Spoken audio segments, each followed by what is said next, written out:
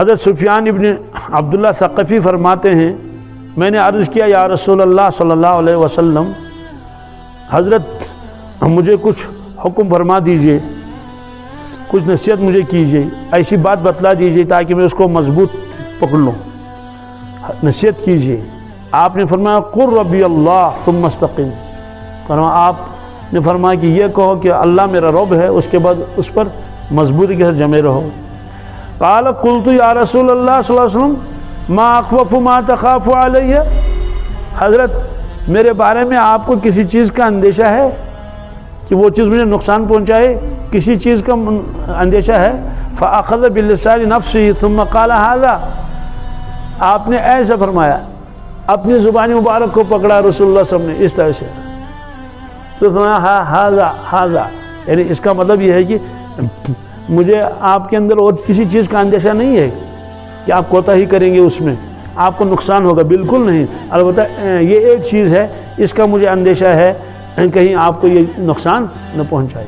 تو یوں بھی فرما سکتے تھے، زبان نہیں، آپ نے دست مبارک سے آپ نے زبان مبارک کو پکڑا تاکہ وہ غور سے سنے، اور ظاہر سی بات ہے یہ تو صرف ان کو نہیں فرمایا گیا، یہ تو ہم کو بھی فرمایا گیا نا۔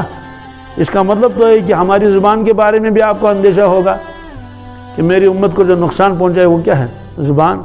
کل ہی ایک شخص میرے پاس آیا تھا، بہت بڑے پر عہدے پر کام کرتا ہے، نیک صالح بھی ہے، کوئی رشوت نہیں، کوئی ظلم نہیں، لیکن وہ کہہ رہا تھا کہ جب ہم بیٹھتے ہیں آفس میں تو غیبت ہو جاتی ہے، کیا ادھر کی باتیں ادھر کی باتیں، ادھر کام کچھ بھی نہیں، بلا وجہ خواہ لوگوں کے جو ہے تذکرے ہوتے رہتے ہیں، نہیں تذکرہ کرے آدمی تو کیا۔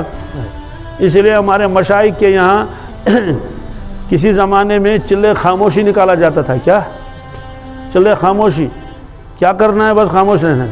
اب خاموشی کا مطلب یہ نہیں کہ وہ منہ بند کر کے بیٹھ، نہیں، اپنے اوراد و وظائف پڑھ لو، لیکن کسی سے بات کرنے کی اجازت نہیں ہے۔ ہمارے حضرت مفتی محمود صاحب رحمۃ اللہ کے یہاں بھی ایک شخص آیا، وہ عالم بھی تھے، حافظ بھی تھے، اور بہت کچھ پڑھے لکھے تھے، اور گریجویٹ بھی تھے، یعنی اپنے زمانے میں گریجویشن بھی کی تھی، فارسی اور عربی اور انگریزی ان سب زبانوں پر۔ تو انہوں نے عرض کیا حضرت میں آپ کی خدمت میں 10 دن یا کتنے دنوں کے لیے آیا اعتکاف میں، میرے لیے کیا حکم ہے؟ فرمایا بس آپ خاموش رہنا، کیا اور کچھ نہیں۔ اب چونکہ پیر نے کہا تھا آپ خاموش رہنا تو خاموش رہنا ہی پڑا، لیکن وہ اتنے خاموش رہے کہ اس نے اللہ کے بندے نے بات ہی نہیں کی کسی سے۔ اگر کوئی ضرورت پیش آتی تھی، چونکہ اعتکاف میں تھے نا، وہ پرچے پر لکھ کے دیتے تھے کسی صاحب کو کہ بازار سے یہ چیز لانی ہے، تو یہاں تک کہ تقریباً آخری اشرا بھی ختم ہونے والا تھا۔ اب جو نئے لوگ تھے جو ان کو جانتے نہیں تھے، وہ کہتے کہ یہ تو ایک گونگا ہے، کیا ہے؟ اسے دیکھا یہ خاموش ہے، نماز تو پڑھتا ہے، یہ اپنی خاموشی کے ساتھ کیا کیا کرتا ہے، لیکن گونگا ہے۔ پھر آخر میں وہاں کبھی کبھی بڑے بڑے لوگوں سے جو بڑے ہوتے تھے علماء سے، وہ بیان بھی کرتے تھے، کبھی کسی کا نمبر لگایا، کبھی کسی کا نمبر لگایا، تو ایک مطلب اسی کا نمبر لگ گیا، کس کا؟ گونگے کا۔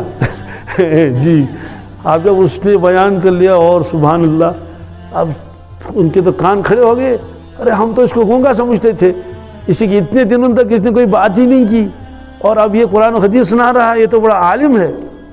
وہ اصل میں تربیت تھی، کیا کہ ورنہ مقصود یہ نہیں تھا کہ تم ایک بات بھی کہو، مقصود یہ ہے کہ آدمی کو عادت ہو جاتی ہے فضول کلام کرنے کی، تو بس چلے خاموشی اس کو نام رکھا تھا۔ تو آپ نے فرمایا کہ مجھے ڈر ہے تمہاری زبان کا۔